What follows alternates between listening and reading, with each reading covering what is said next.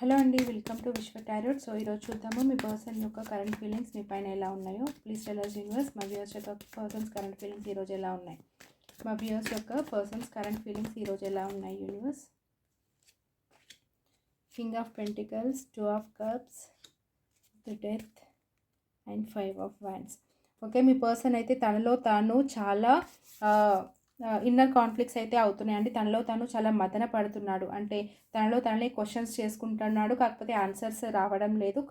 And కొంతమందికి ఏంటంటే మీ విషయంలో వాళ్ళకి చాలా కాంపిటీషన్ ఉందనొచ్చు. అంటే మీ వెనక పడే వాళ్ళు చాలా మంది ఉండొచ్చు. సో వాళ్ళందరి గురించి మీ పర్సన్కి తెలిసి కొంచెం కాంపిటేటివ్గా ఫీల్ అవుతున్నారు. ఆర్ కొంతమందికి ఏంటంటే జరుగుతున్న సిచ్యువేషన్స్ని తలుచుకొని తనలో తనే చాలా మదన పడుతున్నారనమాట. అంటే మీ పర్సన్ ఎనర్జీ కొంచెం ఈరోజు బాగులేదు. కొంచెం డిప్రెసింగ్గా అండ్ కొంచెం కలవరపాటు, మదన పడడము, మీకు చాలామంది కాంపిటీషన్ ఉన్నారు అని కొంచెం లో ఫీల్లో అయితే ఉన్నారనమాట.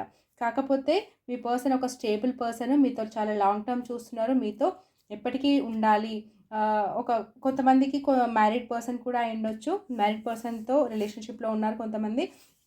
సో మీ పర్సన్ అయితే చాలా జెన్యూన్ పర్సన్ అండి. సొసైటీలో చాలా మంచి పేరున్న వ్యక్తి, చాలా అవార్డ్స్, రివార్డ్స్ అన్నీ సంపాదించిన వ్యక్తి అనమాట. సొసైటీ కాన్షియస్ బాగా, కాకపోతే చాలా స్టేబుల్ ఫీలింగ్స్ ఉన్న వ్యక్తి అనమాట. ప్లేయర్ అయితే కాదు. సో మీతో చాలా ఎమోషనల్ బాండ్ ఫీల్ అవుతున్నారనమాట. మీరు ఎంతగా మీ పర్సన్ని ఇష్టపడుతున్నారో, మీరు ఎంతగా మీ పర్సన్కి ఎమోషనల్గా కనెక్ట్ అయ్యారో, అంతే ఈక్వల్గా మీ పర్సన్ కూడా మిమ్మల్ని ఇష్టపడుతున్నారు. మీతో ఎమోషనల్ బాండ్ అనేది ఫీల్ అవుతున్నారు.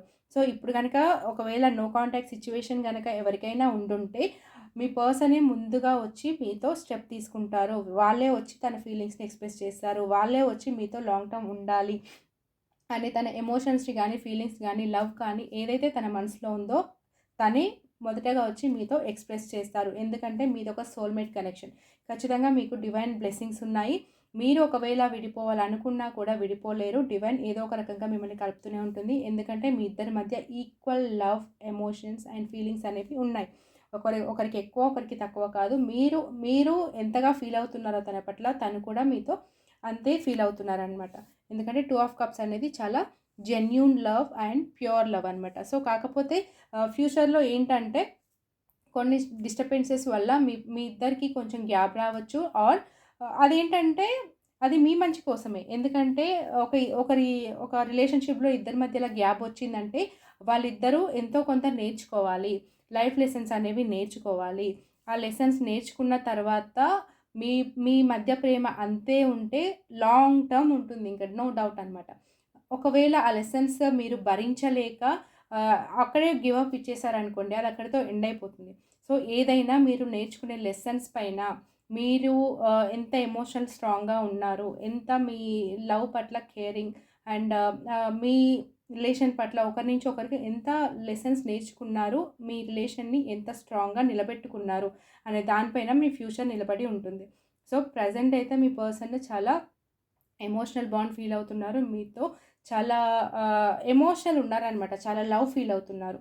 సో ఇది ఈరోజు మీ పర్సన్ యొక్క current feelings. Okay, please claim this energy. Like చేయండి, షేర్ చేయండి, కామెంట్ చేయండి, సబ్స్క్రైబ్ చేసుకోవడం మాత్రం మర్చిపోవద్దు. Thank you.